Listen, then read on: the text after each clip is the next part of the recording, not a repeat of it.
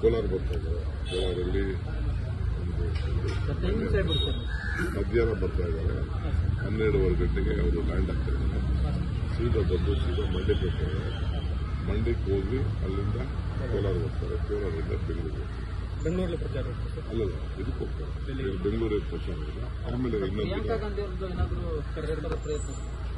ಅವ್ರು ಒಂದೊಂದು ಡೇಟ್ ಕೊಡ್ತಾ ಇದ್ದಾರೆ. ಸ್ವಲ್ಪ ಟೈಮಿಂಗ್ ಸ್ವಲ್ಪ ಅಡ್ಜಸ್ಟ್ ಆಗಬೇಕು. ಟೈಮಿಂಗ್ ಬಹಳ ಶಾರ್ಟ್ ಇದೆ.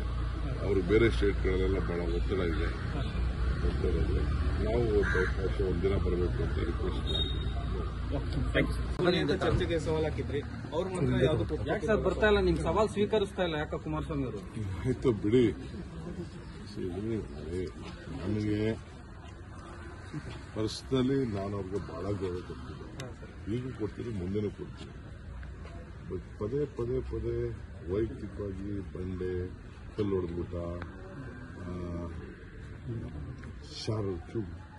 ಚೂರಿ ಹಾಕ್ತಿದ್ದ, ವಿಷ ಕೊಡ್ತಿದ್ದ. ಇವೆಲ್ಲ ಹಿರಿಯರಿಗೆ ಗೌರವ ಕೊಡೋದ್ರೆ ಗೌರವನ ಸ್ವೀಕಾರ ಮಾಡಬೇಕು.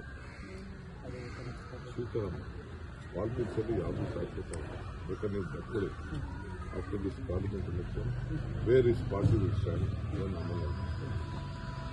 ನಮ್ಮಂಥವ್ರನ್ನ ಕಳ್ಕೊಳ್ಳೋದಿದೆಯಲ್ಲ, ನನ್ನ ಕಳ್ಕೊಂಡಂಗಲ್ಲ, ಒಂದು ಸಮುದಾಯ ಕಳ್ಕೊಂಡು. ನಾನು ಸಮುದಾಯಕ್ಕೋಸ್ಕರ ನಾನು ಗೌರವ ಕೊಟ್ಟಿದ್ದು. ಅವ್ರು ಏನಂದ್ರೂ ತಪ್ಪಿಡುತ್ತೆ. ಪರ್ಸನಲ್ ಅಟ್ಯಾಕು, ಮತ್ತೊಂದು ಅಟ್ಯಾಕು, ಏನೇನು ಯಾವುದೋ ಹೆಣ್ಮಕ್ಳು ಕೇಳಿ ಜಮೀನು ಬರ್ಸ್ಕೊಬಿಟ್ಟಿದ್ವಿ. ಯಾವ ಹೆಣ್ಮಕ್ಳು ಬಂಡೆ ಹೊಡೆದು ನನ್ನ ಬಂಡೆ ಅದು, ನನ್ನ ಕಲ್ಲು, ನನ್ನ ಆಸ್ತಿ, ನನ್ನ ಜಮೀನು ಬಂಡೆ ನಾನು ಹೊಡೆದು ನಾನು ಬದುಕೊಂಡಿದ್ದೀರಪ್ಪ. ಯಾವುದೋ ಒಂದು ಕಾಲದಲ್ಲಿ ನಾನು ಮಾಡ್ತಿದ್ದೆ. ಈಗ ನನ್ನ ಮಕ್ಕಳು ಕಾರ್ಯಕ್ರಮ ಆಗ್ಬೋದು ಅಂತ ಬಿಟ್ಟೆ.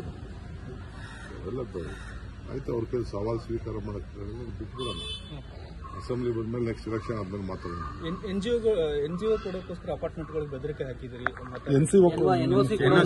ನನ್ನ ತಮ್ಮಂಗೆ ಓಟ್ ಹಾಕ್ಲಿಲ್ಲ ಅಂದ್ರೆ ಕುಡಿಯೋಕೆ ನೀರು ಸರಬರಾಜು ಮಾಡಲ್ಲ ಅಂತ ಎಲ್ಲ ಬ್ಲಾಕ್ ಮೇಲ್ ಮಾಡ್ತಾ ಇದ್ದೀರಂತ. ನೋಡಿ, ನಾವು ಬೆಂಗಳೂರು ನಗರದ ಎಲ್ಲ ಜನರಿಗೂ ನಾವು ಇವತ್ತು ಕುಡಿಯೋ ನೀರನ್ನ ಇಂಥ ಕಷ್ಟ ಕಾಲದಲ್ಲೂ ನಿಭಾಯಿಸ್ತಾ ಇದ್ದೀವಿ. ಅವ್ರು ಏನಾದ್ರು ಮಾತಾಡಕ್ ಬೇಕಲ್ಲ, ಡಿವೇಟ್ ಮಾಡಬೇಕಲ್ಲ.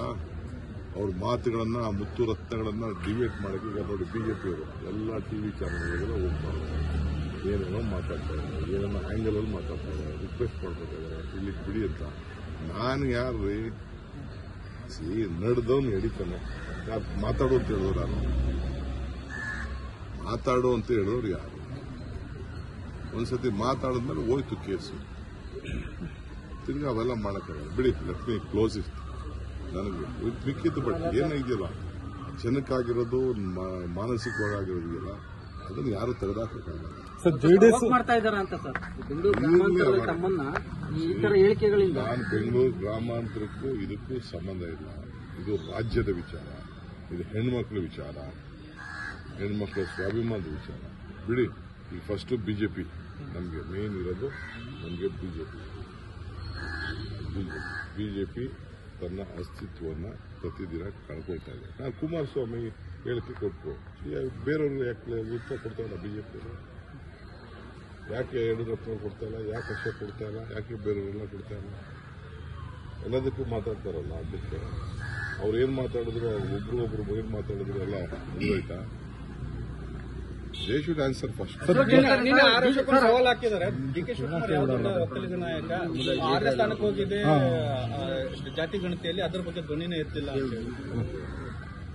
ನಾನು ನಾಯಕನೇ ಅಲ್ಲ. ನಾನು ನಾಯಕ ಅಂತ ಹೇಳಿದ್ರು. ನಾನು ನಾಯಕ ಅಂತ ಹೇಳಿದ್ರು. ನಾನೇ ನಾಯಕ ಅಲ್ಲ. ಅವ್ರು ನಾಯಕರು, ಪಕ್ಷದ ನಾಯಕರು, ದೊಡ್ಡ ನಾಯಕರು. ನಾನು ಸಾಮಾನ್ಯ ಒಬ್ಬ ಪ್ರತಿನಿಧಿ. ರಾಹುಲ್ ಗಾಂಧಿ